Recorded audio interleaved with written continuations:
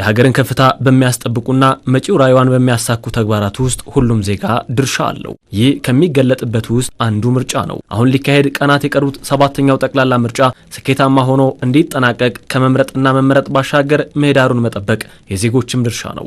ለዚህም ነው ይህንን አንዱ የብሔራዊ ጥቅም መገለጫ የሚሆን ተግባር ለመፈጸም ከነጋዴው እስከ አራሹ ገበሬ ዝግጁነታቸውን የሚያረጋግጡት። ይሄ ጥሩ መንግስት ነው፣ ጥሩ ይሰራል ወይ ይሄኛው መንግስት ጥሩ አይሰራም ይሄኛው ይሰራል የሚለውን የራሱን ሐሳብ መምረጥ ነው። እነን ጭምር አሁን እንዲሰራ ነው የሚሰብከው። እነን ቤተሰቦች ሙሉ ወስጄ ካርድ እንዲወስድ አድርጌያለሁ። ካርድ ወስደዋል።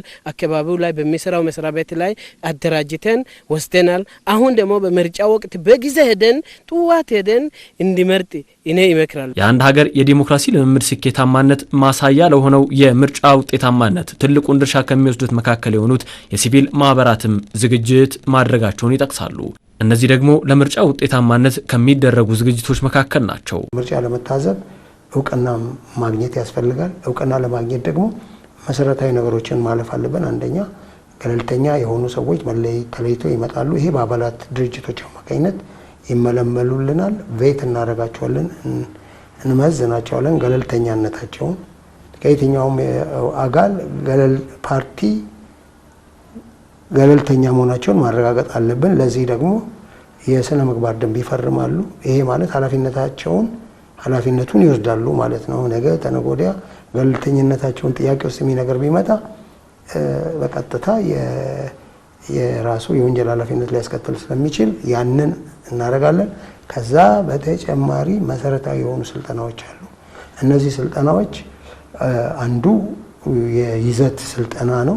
ይህ በዜጎች ይሁንታ መንግስት በመምረጥ ሀገርን በልማት ጎዳና ለመመልከት የሚደረግ ጥረት ስለመሆኑም ሰምተናል። ምርጫ ዜጎችን በአንድ የሚያሰባስብ በሀገራቸው ጉዳይ እንዲወስኑ የሚያደርግ ተግባር መሆኑንም ያስረዳሉ። ከሌሎች ሀገሮች የተስተካከለች ጥሩ የእድገት ደረጃ ላይ የምትገኝና ጤናማ ማህበረሰብ ያለባት ሀገር ብንገነባ ለኛም ለልጆቻችንም ትልቅ ጥቅም ነው። ለልጆቻችንም እኔ በኔ እድሜ ማስረከብ ያለብን የበለጸገች ሀገር ነው እንጂ የደህየችን ሀገር አይደለም። ድህነት በስራ ነው የሚለወጠውና ይሄንን ለመጪው ትውልድ ማስረዳት ማስተማር አለብን። ይሄን ደግሞ እናደርግ ስንል መመካከር ይፈልጋል።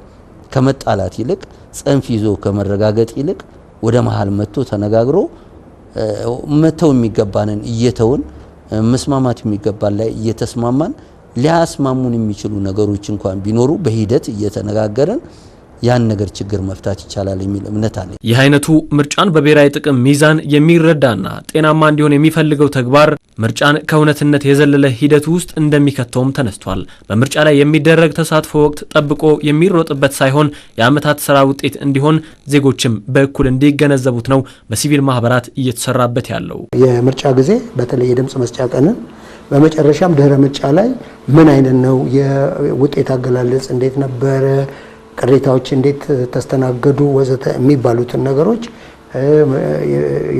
የምርጫ አስተዳደሩ በህግ በተደነገገለት ጊዜ ሰሌዳ መሰረት ውጤትን አጠቃላይ ውጤትን ገልጧል ወይ፣ በድምጽ መስጫ ጣቢያ ውስጥ ውጤቶች ተለጥፈዋል፣ ህዝብ እንዲያቸው ተደርገዋል ወዘተ የሚሉትን ሁሉ ይሄ የምናዘጋጃቸው ቼክ ሊስቶች የሚያዩ ነው። ይሄ ደግሞ መሰረት የሚያደርገው የምርጫ ህጋችንን እና መመሪያዎቹን መሰረት አድርገን ነው። እነዚህ ሁሉ የተሰናሰሉ ተግባራት ዜጎች ብሔራዊ ጥቅምን ከመሰረቱ በመረዳት አንድነት ወሳኝ ምዕራፍ መሆኑን እንዲሰሩ ያደርጋል የሚሉት ደግሞ የዘርፉ ተመራማሪ ናቸው።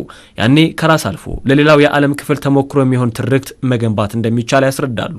ክርክር አድርገን የመንግስትን ሉዓላዊ ስልጣን ስለመሆኑ የምንወስንበት የሱ አይነት ነገር ዓለም የሚማርበት 7ኛው ምርጫ መሆን ያለበት ፍጹም ሰላማዊ ከሁሉ በላይ ደግሞ ኢትዮጵያ ውስጥ ያሉ በተለይ መምረጥና ፖለቲካ ውስጥ ገብቶ መሳተፍ የሚችለው ሰው ሁሉ የሀገሩን እጣ ፋንታ የሚወስን ስለሆነ እሱ ላይ ንቁ ተሳታፊ ብንሆን ማንንም ይምረጥ ማንም ዜጎች ሊፈንስላቸው ነው።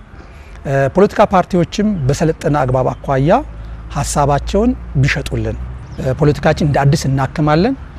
አዳዲስ አገረ መንግስት ፈጥረን ጥሩ የተሻለ እና ለወደፊቱ ሁሉም የሚመኝባት ኢትዮጵያ እንገነባለን። ብሔራዊ ጥቅምን ማስጠበቅ የሁሉም ዜጋ በመሆኑ የጋራ ጉዳዮችን ማጽናት እንደሚገባም ተመላክቷል።